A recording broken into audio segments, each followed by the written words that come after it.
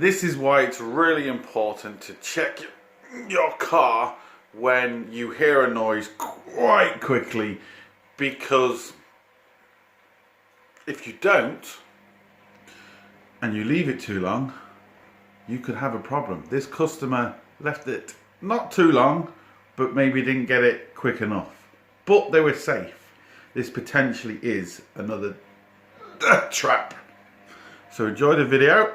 I'm going to finish here and sort it. Customer complaining of a noise.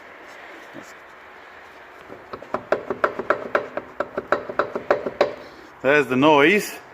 But just because it's a noise, there is always a knock-on effect. And the knock-on effect is, look at the tyre, doesn't look too bad. Let's keep going. Now this is not showing on camera, but you should see this is just completely hollowed out. But it gets better.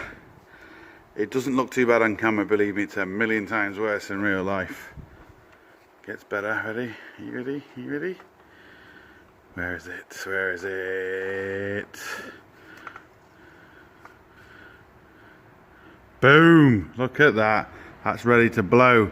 Imagine that blows at 60 miles an hour. Now you can hopefully see that's completely...